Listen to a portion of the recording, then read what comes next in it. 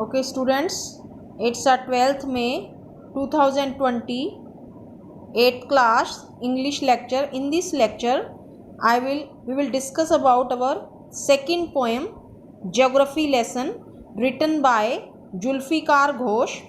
Firstly, I am telling the summary of your poem. This poem is about the way earth looks from different altitudes. Altitudes mean heights, different heights. It is divided into three parts. When the jet takes off means starts to climb up in the sky, you can have full height view of the city. The city grew or developed as per its necessity and did not grow as per proper planning. It doesn't have any particular style. It even looked 6 inches from a certain height, revealing its true structure. When the jet climbs higher up to about 10,000 feet, he would apprehend the fact. Apprehend means understand the fact. Those cities grew water resources.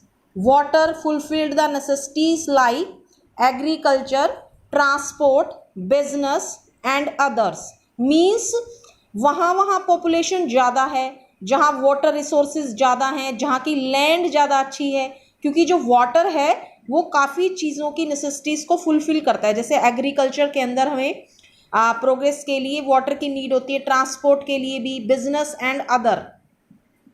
He found that valleys were populated. Valleys were populated means valleys में जो population है वो ज़्यादा है. Which met the necessities of the people, क्योंकि वहाँ लोगों की जरूरत की चीज़ें ईजीली अवेलेबल हो जाती हैं. One the jet went above 6 miles, there is more water than land on the earth. जब जेट जो है और ऊंचा चला जाता है तो क्या दिखता है? There is more water than land, कि अर्थ के ऊपर ज़्यादा तो पानी है, जमीन कम है. While appreciating the geographical niceties, niceties means a fine detail, the poet is unable to understand the tendency to build borders to erect walls. Poet को ये बात समझ में नहीं आती टेंडेंसी की. बॉर्डर्स मीन्स बाउंड्रीज, कि हम दीवारें क्यों खड़ी कर देते हैं आपस में. लोग जो है अपने एक दूसरे से दूरियां कैसे पैदा कर देते हैं. टू क्रिएट फेंसेस मतलब डिस्टेंसेस कैसे क्रिएट कर देते हैं. Then he reflected that people on the earth are selfish and narrow minded.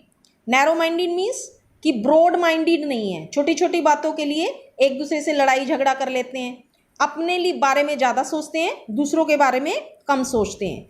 For they hate each other, जिस कारण से वो सेल्फिश और नैरो माइंडेड हैं, वो एक दूसरे से नफरत करते हैं.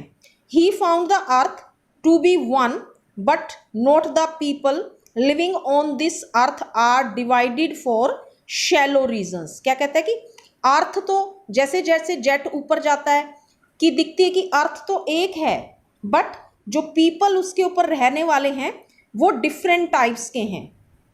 नेक्स्ट वर्ड मीनिंग्स हैं आपके इसके बेटा. सबसे पहले inevitable. Inevitable means that can not be avoided, जिससे बचा नहीं जा सकता. हैपहैजार्ड. हैपहैजार्ड होता है विदाउट प्लान और order. Delineated, shown. Now I am telling you line wise explanation of your poem. Come to the poem now. Geography lesson. Can you imagine what your city would look like if you saw it from 10,000 feet above the ground, neatly planned and perfect in proportion like a geometric design? It would strike you as something very different from what is actually is while you are in the thick of it. Here is a poet's description of just such a view of the city and some questions that come to his mind.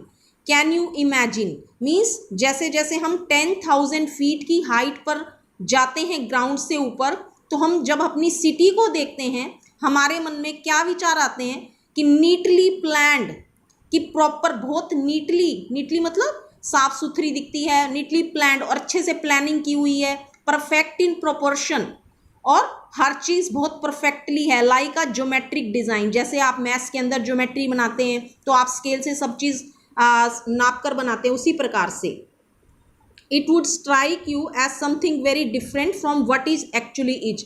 जो चीज़ें जैसी होती हैं ना बेटा, वो वैसी दिखती नहीं है, दिखता कुछ और है, होता कुछ है। When the jet sprang into the sky, when it was clear why the city had developed the way it had, seeing it scaled 6 inches to the mile, there seemed an inevitability about what on the ground had looked haphazard, unplanned, and without style. When the jet sprang into the sky, जैसे ही जो jet है हमारा sky की तरफ उड़ान भरता है, it was clear from why the city had developed the way it had.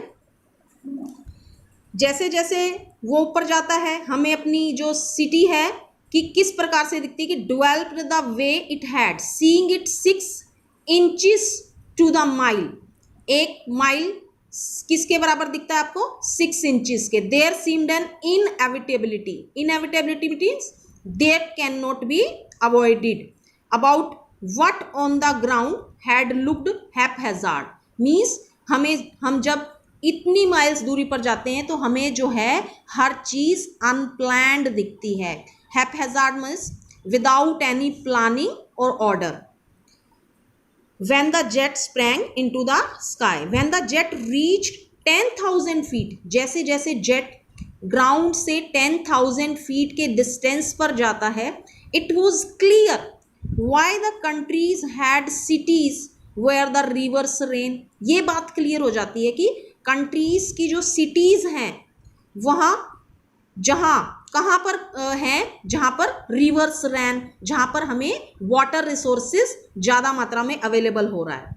Why the valleys were populated, और वैलीज के अंदर पॉपुलेशन ज़्यादा क्यों है। The logic of geography that land and water attracted man, it was cleared from the 10,000 feet that the logic of geography that land and water attracted means, जहाँ पर water resources ज़्यादा होते हैं, जहाँ की लैंड जो होती है समतल होती है, ग्राउंड एरिया होता है, वहाँ पर ये सब चीज़ें इजीली पर्सन्स को अट्रैक्ट करती हैं और वहाँ पर ज़्यादा से ज़्यादा लोग आकर रहते हैं। When the jet rose 6 miles high, और जब जेट और ऊपर जाता है 6 माइल्स ऊपर, it was clear the earth was round, it was seen that जो अर्थ है हमारी वो बिल्कुल राउंड शेप में है, and that it had more sea than land, और लैंड से ज़्यादा हमारे पर लैंड अर्थ के ऊपर वाटर ज़्यादा है। But it was difficult to understand, the man on the earth found causes to hate each other, to build walls across cities and to kill from that height. It was not clear why, but it was difficult to understand।